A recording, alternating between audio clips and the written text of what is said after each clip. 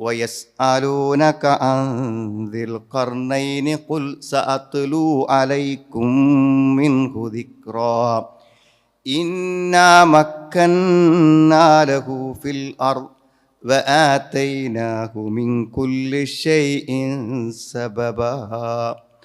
സ്നേഹമുള്ള സഹോദരി സഹോദരന്മാരെ, സത്യവിശ്വാസികളെ, സത്യവിശ്വാസിനികളെ, ജീവിതത്തിൻ്റെ എല്ലാ രംഗങ്ങളിലും അള്ളാഹുവിൻ്റെ കൽപ്പനകളെയും നിർദ്ദേശങ്ങളെയും ശരിയായി പാലിച്ചുകൊണ്ട് ജീവിക്കണമെന്നും അവനെ ഭയപ്പെട്ടുകൊണ്ട് ജീവിക്കണമെന്ന് എന്നെയും നിങ്ങളെയും ഞാൻ ഓർമ്മപ്പെടുത്തുകയാണ്. എന്നോടും നിങ്ങളോടുമായി വസിയ്യത്ത് ചെയ്യുകയാണ്. നമ്മുടെ ദീനിൽ നിന്നും നമ്മുടെ വിശ്വാസത്തിൽ നിന്നും നമ്മളെ തെറ്റിച്ച് കളയുന്നതിനെയാണ് ഏറ്റവും വലിയ പരീക്ഷണങ്ങൾ എന്ന് പറയുന്നത്. ഫിത്ന എന്ന് വേണമെങ്കിൽ പറയാൻ പറ്റും. ചില കാര്യങ്ങളെല്ലാം നമ്മളുടെ ദീനിയായ നിലപാടുകളെ മാറ്റിക്കളയുന്നതാണ്. അങ്ങനെ മാറ്റിക്കളയുമോ എന്നറിയാനുള്ള പരീക്ഷണങ്ങൾ അള്ളാഹു നമ്മുടെ ജീവിതത്തിൽ ഒരുപക്ഷേ തന്നേക്കാം. അവിടെ വിജയിക്കാൻ കഴിയുക എന്നുള്ളതാണ് നമ്മുടെ ഏറ്റവും വലിയ വിജയം എന്ന് പറയുന്നത്. വിശ്വാസം കൊണ്ട് പരീക്ഷിക്കും. നമുക്കറിയാം ഈ പരീക്ഷണങ്ങളെക്കുറിച്ചെല്ലാം 4 ഏറ്റവും ഗൗരവപരമായ പരീക്ഷണങ്ങളെക്കുറിച്ച് നമ്മൾ വെള്ളിയാഴ്ചകളിൽ പാരായണം ചെയ്യുന്ന അൽ കഹ്ഫ് സൂറത്തിൽ പറയുന്നുണ്ട്. പക്ഷേ നമ്മൾ ഓതി പോകുമ്പോൾ നമുക്കതും കൂടെ ഓർത്തു പോകാൻ ഒരു പക്ഷേ ഈ ഒരു സംസാരം നമുക്ക് സഹായകമായേക്കും. ഒന്ന് വിശ്വാസരംഗത്തുള്ള പരീക്ഷണമാണ്.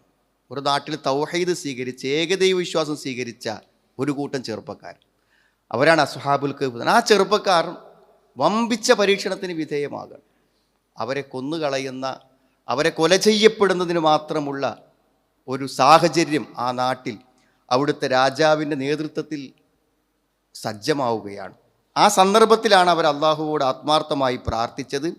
ഇത് അവൽ ഫിത്തിയത്തു ഇലൽ കഹ്ഫി ഫഖാലു റബ്ബന ആതിനാ മിൻ ലദുൻക റഹ്മ വഹയ്യിഅ് ലനാ മിൻ അംരിനാ റഷദ. റബ്ബേ, ഞങ്ങൾക്ക് അനുഗ്രഹം നൽകണേ, ഞങ്ങൾക്ക് ഈ ഒരു പ്രതിസന്ധിയിൽ നിന്ന് മോചനം നൽകണേ എന്ന നിലക്ക് അള്ളാഹുവോട് ആത്മാർത്ഥമായി പ്രാർത്ഥിച്ചു. എന്താ അത്ഭുതമാണ് സഹോദരങ്ങളെ സംഭവിച്ചത്. അത്ര വലിയ ഭീഷണി ഉണ്ടായിട്ടും അവരാ വിശ്വാസത്തിൽ നിന്ന് പിന്തിരിഞ്ഞില്ല. അതാണ് വിശ്വാസപരമായ പരീക്ഷണം. ഇത്രയും വലിയ അക്രമങ്ങളും പ്രശ്നങ്ങളും പ്രതിസന്ധിയൊക്കെ വരുമ്പോൾ ഈ വിശ്വാസത്തിലൊക്കെ എത്ര കണിശത വേണോ എന്നൊരു പക്ഷേ ആലോചിച്ച് നോക്കൂ. നമ്മുടെ അസ്തിത്വത്തിന് ഭീഷണിയാവും. പക്ഷെ അവർ പിടിച്ചു നിന്നു. അതുകൊണ്ട് അള്ളാഹു എന്ത് ചെയ്തു വെച്ചാൽ അവരെ ഉറക്കി. ഒരിക്കലും നമുക്ക് ചിന്തിക്കാൻ പറ്റാത്ത അത്ഭുതകരമായ ഉറക്കം. എത്ര വർഷം, 3 നൂറ്റാണ്ട് കാലമാണ് ഉറങ്ങിയത്. എന്നിട്ട് പിന്നെ അവർ ഉണർന്ന് എഴുന്നേറ്റു. ആ തലമുറകൾ പിന്നിട്ടു. ആ രാജാവും ആളുകളൊക്കെ മരിച്ച് പോയതിന് ശേഷമാണ് പിന്നെ അവിടെ തിരിച്ചു വരുന്നത്. വിശ്വാസരംഗത്തെ പരീക്ഷണത്തിൽ വിജയിച്ച അസ്ഹാബുൽ കഹ്ഫിൻ്റെ കഥ. രണ്ടാമത്തത് സമ്പത്തിലെ പരീക്ഷണമാണ്. നല്ലോണം പണവും സൗകര്യങ്ങളൊക്കെ തന്നാലും എന്ത് ചെയ്യും, നമ്മളെ ഈമാനിനും നമ്മളെ വിശ്വാസത്തിനൊക്കെ തകരാറാവും. കാരണം അത്രയൊക്കെ സ്വത്തും സൗകര്യങ്ങളോടൊക്കെ ഞാൻ സമാധാനമായിട്ട് പോകുന്നുണ്ടല്ലോ. ഇനിയിപ്പോൾ ഞാൻ നിസ്കരിക്കുക, നോമ്പോൽക്കുക, അള്ളാഹുവിന് കീഴ്പ്പെടുന്നും ചെയ്തില്ലെങ്കിൽ ഇപ്പം എന്താ സംഭവിക്കണത്? ഇതൊന്നും ചെയ്യാതെ ഇപ്പം എനിക്ക് ഇത്തിരി സൗകര്യങ്ങളൊക്കെ കിട്ടിയില്ലേ എന്നാണ്. അതാണ് 2 തോട്ടക്കാരെ കഥ പറയുന്നത്. ഒരാൾക്ക് നല്ല സൗകര്യങ്ങൾ ഒരിക്കലും നഷ്ടപ്പെടാത്ത, നല്ല വെള്ളം കിട്ടുന്ന ഈത്തപ്പനകളും മുന്തിരിയൊക്കെ ഉള്ള നല്ല തോട്ടം കൊടുത്തു. അപ്പോൾ അദ്ദേഹം ചിന്തിച്ചു, ഇതിപ്പോൾ ഉണ്ടെങ്കിൽ പിന്നെ ജീവിച്ചു പോകാൻ വേറൊന്നും വേണ്ടല്ലോ. അത് അദ്ദേഹത്തിന് പരലോകത്തെ നിഷേധിക്കണം. വാളുന്നു സാഅത്ത ഖായിമത്തൻ, പരലോകം ഉണ്ടാവുമെന്ന് ഞാൻ വിശ്വസിക്കുന്നില്ല. ഉണ്ടെങ്കിൽ തന്നെ അള്ളാഹു അവിടെയൊക്കെ എനിക്ക് ഇതേപോലെ സൗകര്യങ്ങൾ ഏർപ്പെടുത്തരുമെന്ന് പറഞ്ഞു. അദ്ദേഹത്തിൻ്റെ സുഹൃത്ത് ഉപദേശിക്കുന്നുണ്ട്. പക്ഷെ ആ ഉപദേശങ്ങളൊന്നും ഫലപ്പെട്ടില്ല. അവസാനം എന്ത് ചെയ്തു? അവൻ്റെ തോട്ടം നശിച്ചു. ആ പരീക്ഷണത്തിൽ അയാൾ പരാജയപ്പെട്ടു. യുകല്ലിബു കഫൈഹി അലാ മാ അൻഫഖ ഫീഹാ വഹിയ ഖാവിയത്തുൻ അലാ ഉറൂഷിഹാ വയഖൂലു യാ ലൈതനീ ലം ഉശ്രിക് ബിറബ്ബി അഹദാ. ഞാൻ അള്ളാഹുവിൽ പങ്കു ചേർക്കാതിരുന്നെങ്കിൽ ഞാൻ ചെലവഴിച്ചത് മുഴുവൻ എനിക്ക് നഷ്ടപ്പെട്ടു പോയിന്നാണ്. അവൻ ഖേദം കൊണ്ട് കൈമലർത്തി പോയി എന്നാണ് പറയണം. ആ പരീക്ഷണത്തിൽ സമ്പത്ത് കൊടുത്തപ്പോൾ വിശ്വാസം തകരാറായി. ആ പരീക്ഷണത്തിൽ അയാൾ പരാജയപ്പെട്ടു. ഇത് സൂറത്ത് അൽ കഹ്ഫ് തന്നെ പറയുന്നുണ്ട്. അതേപോലെ തന്നെ രണ്ടാമത്തെ ഒരു പരീക്ഷണം അറിവിലാണ്. മൂസാ നബി അലൈഹി സ്വലാം പ്രവാചകനാണ്. ഖിളിർ പ്രവാചകനാണോ എന്ന കാര്യത്തിൽ സംശയമുണ്ട്. പക്ഷെ എന്നാലും ആ പരീക്ഷണത്തിൽ അള്ളാഹു പ്രത്യേകമായ അറിവ് നൽകിയ ആ വ്യക്തിയുടെ അടുക്കൽ പോയി ദീന് പഠിക്കാൻ വേണ്ടി പറയാണ്. കാര്യങ്ങൾ പഠിച്ച് മനസ്സിലാക്കുക. ആ യാത്ര ഒരു പരീക്ഷണ യാത്രയായിരുന്നു. ഒരിക്കലും ഉൾക്കൊള്ളാൻ കഴിയാത്ത കാര്യങ്ങളാണ് കാണുന്നത്. എന്നാൽ ചോദിക്കരുത് എന്ന നിബന്ധനയുണ്ട്, ക്ഷമിക്കണമെന്ന കൽപ്പനയുണ്ട്. അതൊക്കെ ലംഘിച്ച് അവസാനം ചോദിച്ചപ്പോൾ അവസാനം പറഞ്ഞു കാല ഹാദാ ഫിറാഖു ബൈനി വ ബൈനിക, നമുക്ക് ഇവിടെ പിരിയാം, ഇനി മുന്നോട്ട് പോകില്ല എന്ന്. ഇനി വേണമെങ്കിൽ എന്ത് ചെയ്യാം, ഞാൻ നിനക്ക് ക്ഷമിക്കാൻ പറ്റാത്ത കാര്യത്തിൻ്റെ വിശദീകരണം ഞാൻ തരാമെന്ന് പറഞ്ഞ് ആ വിശദീകരണം കൊടുക്കുമ്പോഴാണ് എന്തിനെ എങ്ങനെയൊക്കെ ചെയ്തു എന്ന് ചോദിച്ച മൂസാ നബി അലൈഹി സ്വലാം അങ്ങനെയാണല്ലോ ചെയ്യേണ്ടിയിരുന്നത് എന്ന് വിശദീകരണം കേട്ടപ്പോഴാണ് അദ്ദേഹത്തിന് മനസ്സിലായത്. അറിവിലുള്ള പരീക്ഷണമാണ്. അറിവ് നൽകിയും അള്ളാഹു നമ്മളെ എന്ത് ചെയ്യും? അറിവിൻ്റെ കാര്യത്തിൽ പരീക്ഷിക്കും.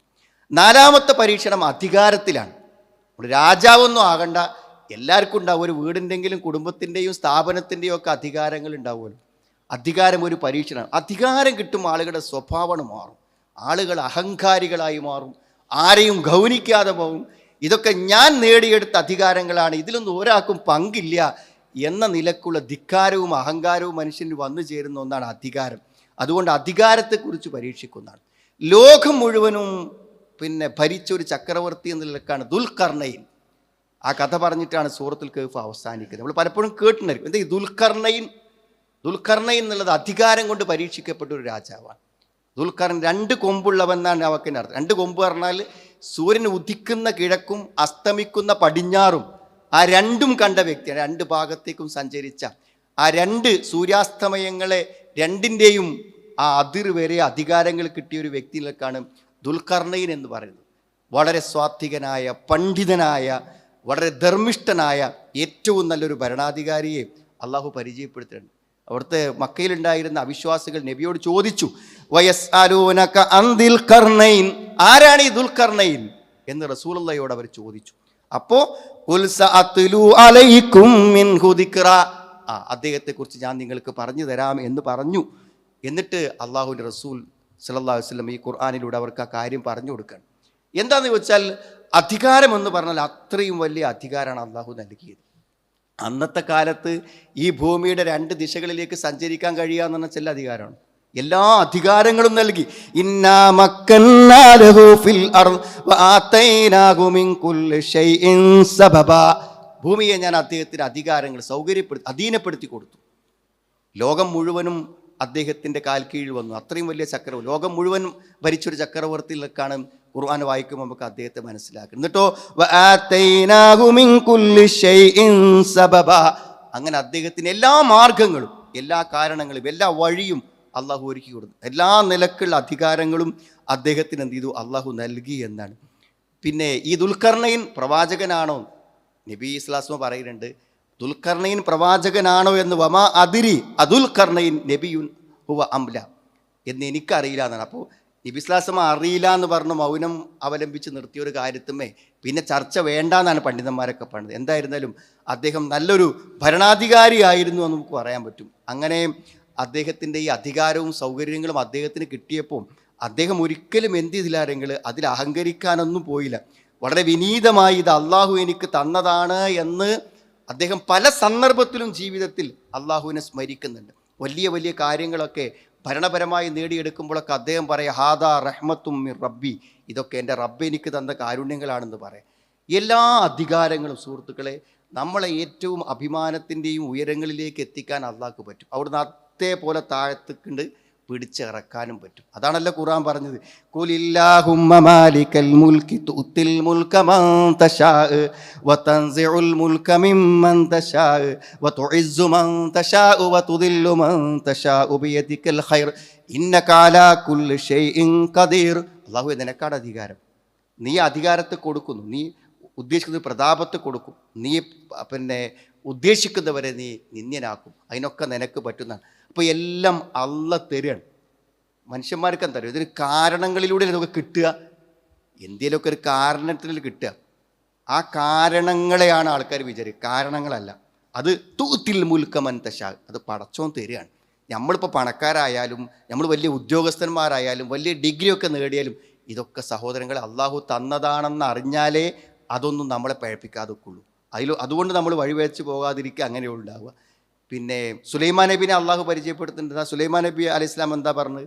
അദ്ദേഹത്തിന് ആ ബിൽക്കീസിൻ്റെ സിംഹാസനത്തെ നിമിഷങ്ങളെ കൊണ്ട്, സെക്കൻഡുകളെ കൊണ്ട് തൻ്റെ മുന്നിലെത്തി ആ മഹാത്ഭുതം കണ്ടപ്പോൾ അദ്ദേഹം പറഞ്ഞ വാക്കെന്താണ്? ഹാദാ മിൻ ഫദ്ലി റബ്ബി, ഇതെൻ്റെ റബ്ബ് തന്ന അനുഗ്രഹമാണെന്ന്. അള്ളാഹുവിലേക്ക് ചേർത്തിട്ടാണ് പറഞ്ഞത്. എല്ലാം അള്ളാഹു, നമുക്ക് എന്തെങ്കിലും ഒരു കാര്യം ഭംഗിയായി ചെയ്യാൻ പറ്റില്ല, ഇത് അള്ളാഹിൻ്റെ ഒരു കാരുണ്യം കൊണ്ട് ചെയ്തതാണ്. അപ്പോഴാണ് നമ്മുടെ അടുക്കലുള്ളതൊന്നും നമ്മുടേതല്ല എന്ന് തിരിച്ചറിയാം. അപ്പോഴാണ് നമ്മുടെ അഹങ്കാരം കുറയുക, അപ്പോഴാണ് നമുക്ക് വിനയം വരിക. എന്നാൽ ഖാറൂൻ പറഞ്ഞത് എന്താണ്? ഖാലല്ലദീ ഇൻദഹു ഇൽമും മിനൽ കിതാബ് അന ആതി ഖാല ഇന്നമാ ഊതീതുഹു അലാ ഇൽമിൻ ഇൻദി, ഇതെൻ്റെ അറിവ് കൊണ്ട് കിട്ടിയതാണെന്നാണ് കാറൂൻ പറഞ്ഞത്. കാറൂന് സമ്പത്തും സൗകര്യങ്ങളും കിട്ടിയപ്പോൾ എൻ്റെ കൂടെ കിട്ടി, അതുകൊണ്ടാണ് അഹങ്കാരം വന്നത്. അതുകൊണ്ടാണ് മണ്ണിൽ അള്ളാഹു ആഴ്ത്തിക്കളഞ്ഞത്. അതാണ് അധികാരങ്ങളുള്ളവരുണ്ടാവേണ്ട ഏറ്റവും വലിയ ഗുണം. ഇതൊക്കെ അള്ളാഹു എനിക്ക് തന്ന ദൈവികമായ ഒരു അനുഗ്രഹമാണ് എന്ന് മനസ്സിലാക്കാൻ കഴിയാമെന്നുള്ളതാണ് അതിലേറ്റവും പ്രധാനപ്പെട്ട കാര്യം. അങ്ങനെ അദ്ദേഹം എന്ത് ചെയ്തു? അധികാരങ്ങളൊന്നും കിട്ടിയിട്ട് അവിടെ നിന്നില്ല എന്നാണ്. അദ്ദേഹം 3 യാത്രകൾ നടത്തിയായിട്ട് ഖുർആൻ പറയുന്നുണ്ട്. ഒരു യാത്ര പടിഞ്ഞാറോട്ടാണ്, സൂര്യൻ അസ്തമിക്കുന്ന സ്ഥലത്തേക്കാണ് ഒരു യാത്ര. ഹത്താ ഇദാ ബലഗ മഗ്രിബ ശംസ്, അങ്ങനെ സൂര്യൻ അസ്തമിക്കുന്ന പടിഞ്ഞാറ് അങ്ങേയറ്റത്ത് അദ്ദേഹം എത്തിയതാണ്. ശരിക്കും പറഞ്ഞാൽ നമ്മൾ ഈ കടപ്പുറത്തൊക്കെ പോയി കഴിഞ്ഞാൽ വെള്ളത്തിലേക്ക്, കടലിലേക്ക് ഇങ്ങനെ സൂര്യൻ ഇറങ്ങുന്നത് കാണുന്നത് പോലെ, സൂര്യൻ അസ്തമിക്കുമ്പോൾ അതിലേക്ക് ഇറങ്ങിപ്പോകാൻ തോന്നും. അതേപോലെ എന്ത് ചെയ്തു? ഒരു ചെളി, മണ്ണ് ഒക്കെ പുറന്നൊരു വെള്ളത്തിൽ ശരിക്കും ഹത്താ ഇദാ ബലഗ മഗ്രിബ ശംസ് വജദഹ തഗ്റുബു ഫി ഹൈനിൻ ഹമിഅത്തിന്നാണ്. അങ്ങനെ ഒരു ചെളി പുരണ്ട വെള്ളത്തിൽ സൂര്യൻ ആണ്ടുപോകുന്ന അത്ര വരെ അദ്ദേഹത്തിൻ്റെ കാഴ്ചകളും യാത്രകളും എത്തിയെന്നാണ്. അങ്ങനെ അദ്ദേഹം അവിടെ എത്തിയിട്ട് അദ്ദേഹം അവിടെ ഒരു ജനതയെ കാണുന്നതിനെ കുറിച്ച് പറയുന്നുണ്ട്. ആ ജനതയെ സംബന്ധിച്ചിടത്തോളം അവർ വളരെ അപരിഷ്കൃതരായ ഒരു ജനതയായിരുന്നു. അവർക്ക് താമസിക്കാൻ വീടുകളോ വസ്ത്രങ്ങളോ ഒന്നും ഇല്ലാത്ത ആളുകളായിരുന്നു എന്ന് പറയുന്നു. അങ്ങനെ ആദ്യത്തെ യാത്രയിൽ അദ്ദേഹം പോകുന്ന സമയത്ത് പല വ്യത്യസ്തങ്ങളായ ആളുകളെ കാണുന്നു. ഇസ്ലാമിൻ്റെ ആശയങ്ങൾ, അള്ളാഹുവിനെ കുറിച്ചുള്ള ദൈവികമായ നിയമങ്ങളെയും കാര്യങ്ങളോട് പറയുന്നു. അപ്പോൾ അവരിൽ പല ആളുകളും അത് സ്വീകരിക്കാൻ തയ്യാറാകുന്നുണ്ട്, ചില ആളുകൾ സ്വീകരിക്കാൻ തയ്യാറാകുന്നില്ല. പക്ഷെ നീതിപൂർവ്വം പെരുമാറുന്ന ഒരു രാജാവ് എന്നുള്ളതൊക്കെ അദ്ദേഹം എന്ത് പറഞ്ഞു?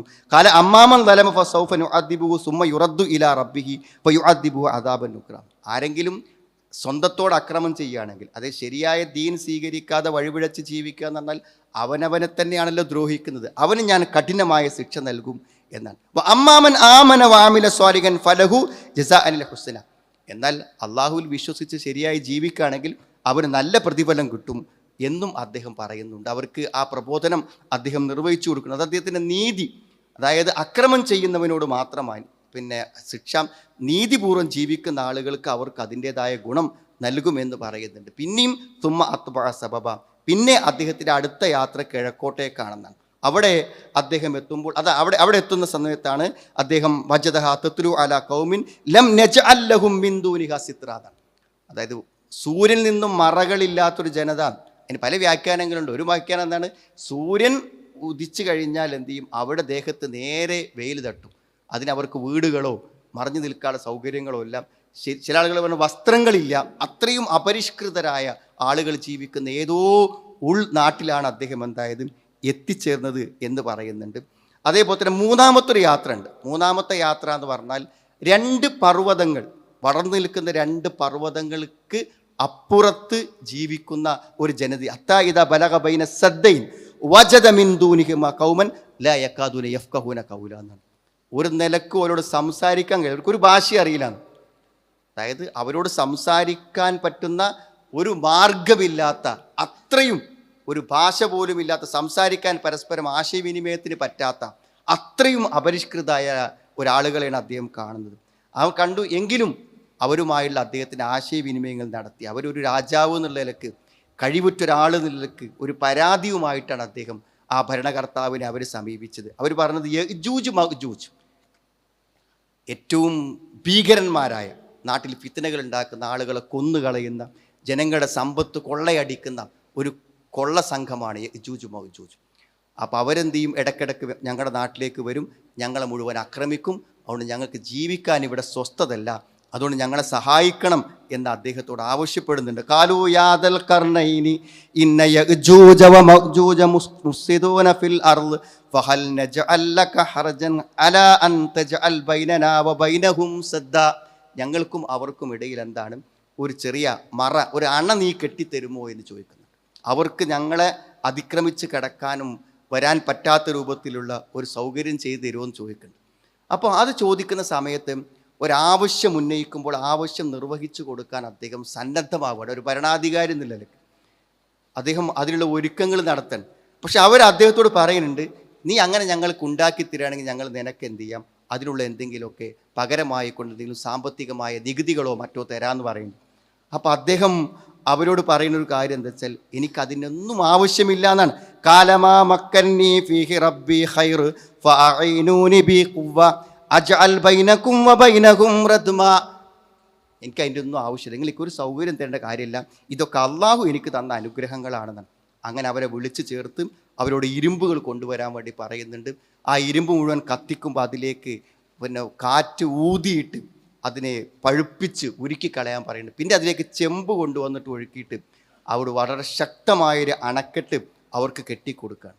ഒരു കാലത്തും ഈ യജൂജ് മഅജൂജിന് മറികടന്നു വരാനോ അതിനെ അതിര് കടന്നു വരാനോ അതല്ലെങ്കിൽ അതിനെ തുരന്നു വരാനോ ഫമസ്തതാഉ അൻ യൽഹറൂഹു വമസ്തതാഉ ലഹു നഖബ, അവർക്ക് ആ മതിലുകളെ അതിര് കടന്നു വരാനും പറ്റൂല, മറിഞ്ഞു വരാൻ പറ്റില്ല. അതേപോലെ തന്നെ തുരന്ന് അതിലൂടെ ദ്വാരമുണ്ടാക്കി വരാനും പറ്റാത്ത അവസ്ഥയിൽ ആ മതിൽ അവർക്ക് കെട്ടിക്കൊടുത്തു എന്നാണ്. അങ്ങനെ അവർക്ക് പ്രതിരോധം തീർത്തു കൊടുത്തു. അവരിന്ന് യാതൊന്നും വാങ്ങിച്ചില്ല. പക്ഷെ ഒരു കാര്യം ചെയ്തു, എന്ത്, ഞാനിത് ചെയ്യുമ്പോൾ നിങ്ങൾ അഈനൂനി ബിഖുവ്വ, നിങ്ങൾ എന്നെ സഹായിക്കണം, നിങ്ങളെക്കൊണ്ട് കഴിയുന്ന രൂപത്തിൽ നിങ്ങൾ എന്ത് ചെയ്യണം, എന്നെ സഹായിക്കണം എന്നാണ്. അങ്ങനെ അദ്ദേഹം അതിന് പറ്റുന്നൊരു ആസൂത്രണം ഉണ്ടാക്കുകയും അതെങ്ങനെ നിർവഹിക്കണം എന്നതിനെക്കുറിച്ചൊരു പ്ലാനും പദ്ധതിയൊക്കെ ഉണ്ടാക്കി അത് നടപ്പിലാക്കി പൂർത്തിയാക്കിയിട്ടാണ് അദ്ദേഹം തിരിച്ചു പോകുന്നത് എന്ന് പറയുന്നുണ്ട്. ഈ ഒരു ഭരണാധികാരിയെ പരിചയപ്പെടുത്തുന്നത് എന്തെന്ന് വെച്ചാൽ, എന്തെങ്കിലും അധികാരങ്ങളോ സൗകര്യങ്ങളോ ഒക്കെ കിട്ടിയാൽ അത് നമ്മുടെ സ്വഭാവത്തെ, സംസാരത്തെ, ശൈലിയൊന്നും മാറ്റാൻ പറ്റില്ല. വളരെ വിനീതമായി എന്ത് ചെയ്യുക, ആ സൗകര്യങ്ങളും അധികാരങ്ങളും ഉപയോഗിച്ചിട്ട് നമ്മൾ എന്ത് ചെയ്യാം, പരമാവധി ഉപകാരങ്ങൾ ആളുകൾക്ക് ചെയ്തു കൊടുക്കുക എന്നുള്ളതാണ്. നബി സല്ലല്ലാഹു അലൈഹി വസല്ലം പറയുന്നുണ്ട്, അല്ലാഹുമ്മ മൻ വലിയ മിൻ അംരി ഉമ്മത്തി ഷൈഅൻ, അള്ളാഹു എൻ്റെ ഉമ്മത്തിൽ നിന്നുള്ള ആർക്കെങ്കിലും വല്ല അധികാരങ്ങളും ഏൽപ്പിച്ച് കിട്ടുകയാണെങ്കിൽ ഫശഖ അലൈഹിം ഫഷ്ഖുഖ അലൈഹി, അവർക്ക് അദ്ദേഹം ബുദ്ധിമുട്ടുണ്ടാക്കണമെങ്കിൽ അവനും ബുദ്ധിമുട്ടുണ്ടാക്കണം എന്നാണ്. അധികാരങ്ങൾ കിട്ടുന്ന ആളുകൾ അതുപയോഗിച്ച് ജനങ്ങളെ ദ്രോഹിക്കുകയാണെങ്കിൽ എന്ത് ചെയ്യണം, അവർക്കും ആ ദ്രോഹിക്കുന്ന അധികാരികൾക്കും ദ്രോഹമുണ്ടാക്കണം എന്നാണ്. എന്നാൽ വമൻ വലിയ മിൻ അംരി ഉമ്മത്തി ഷൈഅൻ, എൻ്റെ ഉമ്മത്തിൽ നിന്ന് വല്ല അധികാരങ്ങളും ഒരാൾക്ക് കിട്ടിയിട്ടും അവരോട് അവൻ വാത്സല്യവും ദയയും കാണിക്കുകയാണെങ്കിൽ എന്ത് ചെയ്യണം, ഫർഫുഖ് ബിഹി, അവരോട് നീ എന്ത് ചെയ്യണം, വാത്സല്യം കാണിക്കണം എന്ന് നബി ഇസ്ലാസ്മ പ്രാർത്ഥിച്ചതായിട്ട് കാണാൻ പറ്റും. അപ്പോൾ നമുക്ക് കിട്ടുന്ന അധികാരങ്ങളും സൗകര്യങ്ങളും സംവിധാനങ്ങളൊക്കെ മറ്റുള്ളവർക്ക് അനുകൂലമായ കാര്യങ്ങളായിട്ടും ഉപയോഗിക്കുക എന്നുള്ളതാണ് ദുൽഖർനൈൻ ഇവിടെ ചെയ്തിട്ടുള്ളത്. ആ ഒരു മാതൃക, അധികാരങ്ങളാൽ പരീക്ഷിക്കപ്പെടുന്നവർ ഫിത്നയിൽ അകപ്പെടാതിരിക്കുവാൻ ഈ ഒരു മാതൃക സ്വീകരിക്കണം എന്ന നിലക്കാണ് ലോകം മുഴുവൻ അടക്കിവാണ് എല്ലായിടത്തും അന്നത്തെ കാലത്ത് ലോകം മുഴുവനും സഞ്ചരിക്കാൻ സാധിച്ച ഒരു ചക്രവർത്തിയെക്കുറിച്ചും അദ്ദേഹത്തിൻ്റെ നല്ലതായ ചില പരിഷ്കാരങ്ങളെക്കുറിച്ചും നടപടിക്രമങ്ങളെക്കുറിച്ചും നീതിയെക്കുറിച്ചും വിനയത്തെക്കുറിച്ചുമൊക്കെ അള്ളാഹു നമുക്ക് പറഞ്ഞു തരുന്നത് ഈ അടിസ്ഥാനത്തിലാണ്. ഇതൊക്കെ ഖുർആനിൽ നമ്മൾ ഓതിപ്പോകുമ്പോൾ നമുക്ക് വലിയ മാതൃകകളും വലിയ നമുക്ക് അനുകരിക്കാൻ പറ്റുന്ന മഹത്തായ സന്ദേശങ്ങളും ഗുണപാഠങ്ങളും ഉള്ളതുകൊണ്ടാണ് അള്ളാഹു ഇതൊക്കെ പറഞ്ഞു തരുന്നത്. അത് ഉൾക്കൊള്ളാനും നമ്മുടെ എല്ലാവരുടെയും ജീവിതത്തിൽ അതിൻ്റെതായ മാറ്റങ്ങൾ ഉണ്ടാകുവാനും അള്ളാഹു നമുക്ക് എല്ലാവർക്കും തൗഫീഖ് പ്രദാനം ചെയ്യുമാറാവും. അൽഹംദുലില്ലാഹ് ഹംദൻ കസീറൻ ത്വയ്യിബൻ മുബാറകൻ ഫീഹി വസല്ലല്ലാഹു അലാ മുഹമ്മദിൻ വഅലാ ആലിഹി വസ്വഹാബിഹി അജ്മഈൻ അമ്മാ ബഅദ്. ഒരിക്കൽ കൂടെ അള്ളാഹുവിൻ്റെ കൽപ്പനകളെയും നിർദ്ദേശങ്ങളെയും പാലിച്ചുകൊണ്ട് ജീവിക്കണമെന്നും എന്നെയും നിങ്ങളെയും ഞാൻ ഓർമ്മപ്പെടുത്തുകയാണ്. സഹോദരങ്ങളെ, പല സന്ദർഭങ്ങളിലും പല സാഹചര്യങ്ങളിലും നമ്മൾ ഓർമ്മപ്പെടുത്തിയിട്ടുള്ള കാര്യമാണ്. എന്ന് പറഞ്ഞാൽ പുതിയ തലമുറകൾ, നമ്മുടെ മക്കളും നമ്മുടെ പേരക്കുട്ടികളൊക്കെ ആയിട്ട് വരുന്ന പുതിയ തലമുറകൾ, അവരൊരു നിയന്ത്രണം നഷ്ടപ്പെട്ട, നമുക്കാർക്കും അവരെ കൺട്രോൾ ചെയ്യാൻ പറ്റാത്ത ഒരു ജീവിത സാഹചര്യങ്ങളിലേക്കാണ് അവരുടെ സ്വഭാവങ്ങളും പെരുമാറ്റങ്ങളൊക്കെ മാറി വരുന്നത്. ഇപ്പോൾ ലോകത്ത് മനുഷ്യനെ നിയന്ത്രിക്കാൻ പറ്റുന്ന ഏറ്റവും വലിയ മാർഗമായിട്ട് അള്ളാഹു തന്നെ നമുക്ക് നിശ്ചയിച്ച് തന്ന എന്താണ്, ഉത്ബോധിപ്പിക്കുക എന്നുള്ളതാണ്, പറഞ്ഞു മനസ്സിലാക്കുക എന്നുള്ളതാണ്. അതായത് ഞാൻ ചെയ്യുന്നതെല്ലാം എൻ്റെ ദോഷത്തിലേക്കും എൻ്റെ നാശത്തിലേക്കും എത്തിച്ചേരും എന്ന ബോധം, അല്ലെങ്കിൽ നല്ലൊരു മനുഷ്യനായി ജീവിച്ചാൽ അതുകൊണ്ട് നിനക്ക് അതിൻ്റേതായ ചില ഗുണങ്ങളുണ്ട് ജീവിതത്തിൽ എന്ന ബോധം, ഈ തെർഹീബും തെർഗീബും, ഒരു കാര്യത്തിന് പ്രോത്സാഹനം നൽകുക, ഒരു കാര്യത്തെക്കുറിച്ച് ഭയപ്പെടുത്തുക, ഇത് രണ്ടും അല്ലാതെ മനുഷ്യനെ മാറ്റാൻ വേറെ ഒരു പരിഹാര മാർഗവും ഇല്ല എന്നാണ്. അതാണ് മുബശ്ശിരീന വ മുന്ദിരീൻ, സന്തോഷ വാർത്ത അറിയിക്കുന്നവരും താക്കീത് നൽകുന്നവരുമാണ്. അപ്പം ഞാനും നിങ്ങളൊക്കെ നമ്മുടെ ജീവിതത്തിൽ എന്തെങ്കിലും ഒരു കാര്യം ചെയ്യുന്നുണ്ടെങ്കിൽ അതൊരു ഭയത്തിൻ്റെ അടിസ്ഥാനത്തിലാണ്. മനസ്സിലായി? ഇഷ്ടപ്പെട്ടൊരു ഭക്ഷണം മാറ്റി വെക്കുന്ന ഒരു ചെറിയ പേടിയാണ്, അത് തിന്നാലും എന്തെങ്കിലും വല്ല ദോഷം വരുമോ എന്ന് വിചാരിച്ചിട്ടാണ് നമ്മുടെ നാവ് ആഗ്രഹിച്ചിട്ടും നമ്മളത് ഭക്ഷിക്കാതെ മാറ്റി വെക്കണമല്ലേ. അതേപോലെ ചില ആഗ്രഹങ്ങളാണ് കഠിനാധ്വാനം, ഉറക്കൊക്കെ, നൈറ്റ് ഡ്യൂട്ടിയും പകൽ ഡ്യൂട്ടിയൊക്കെ ആയിട്ട് നമ്മൾ ഇടങ്ങേറാകണ എന്താണ്, ചില നിസ്സാരമായ ചില സ്വപ്നങ്ങളാണ് നമ്മളതിന് പ്രേരിപ്പിക്കുക. ഇതന്നെ മനുഷ്യനെ നിയന്ത്രിക്കുള്ളൂ. അപ്പോൾ നമ്മുടെ കുട്ടികൾക്കും നല്ല ബോധം അവർക്ക് നൽകുക എന്നുള്ളത്. അവരിനി പഠിക്കാനാണെങ്കിൽ പഠിച്ചാൽ കിട്ടുന്ന ഗുണം പറഞ്ഞു കൊടുക്കുക, അല്ലെങ്കിൽ വഴിതെറ്റിപ്പോവുകയാണെങ്കിൽ ആ വഴിതെറ്റിപ്പോകുന്നതിൻ്റെ ദോഷങ്ങളെക്കുറിച്ച് പറഞ്ഞു കൊടുക്കുക എന്നുള്ളതാണ്. ഇപ്പോൾ നിങ്ങൾക്കറിയാം ഈ ഓപ്പറേഷൻ തൂഫാൻ, അതായത് ലഹരി വേട്ട. സത്യത്തിൽ എന്താ വെച്ചാൽ ഇതൊക്കെ ഈ നാട്ടിൽ ഉണ്ടായിരുന്നല്ലോ മനസ്സിലാക്കേണ്ടത്. എത്ര കിൻഡൽ കണക്കിനാണ് കഞ്ചാവും അതേപോലെ തന്നെ രാസലഹരികളൊക്കെ പിടിക്കപ്പെടുന്നു. ഇതൊക്കെ ഇവിടെ കഴിക്കണ ആൾക്കാർ ഇത്രയും കാലങ്ങളായിട്ട് എന്ത് ചെയ്യണം, ആളുകൾ അതൊക്കെ ഉപയോഗിച്ചുകൊണ്ടിരിക്കുകയാണ്. എത്ര ജനലക്ഷങ്ങളാണ് അത് ഉപയോഗിച്ചുകൊണ്ടിരിക്കുന്നത്. അതിൻ്റെ വിതരണം എന്ന് പറഞ്ഞാൽ ഇവിടെ ഒരു കച്ചവടവും തിനുമില്ലാത്ത അത്രമാത്രം സാധനങ്ങളാണ് വിറ്റഴിച്ചുകൊണ്ടിരിക്കുന്നത്. അപ്പോൾ ഇതൊക്കെ നമ്മുടെ പുതിയ തലമുറയെ നശിപ്പിക്കാൻ ഉപകരിക്കുന്ന കാര്യങ്ങളാണ് ഇതൊക്കെ.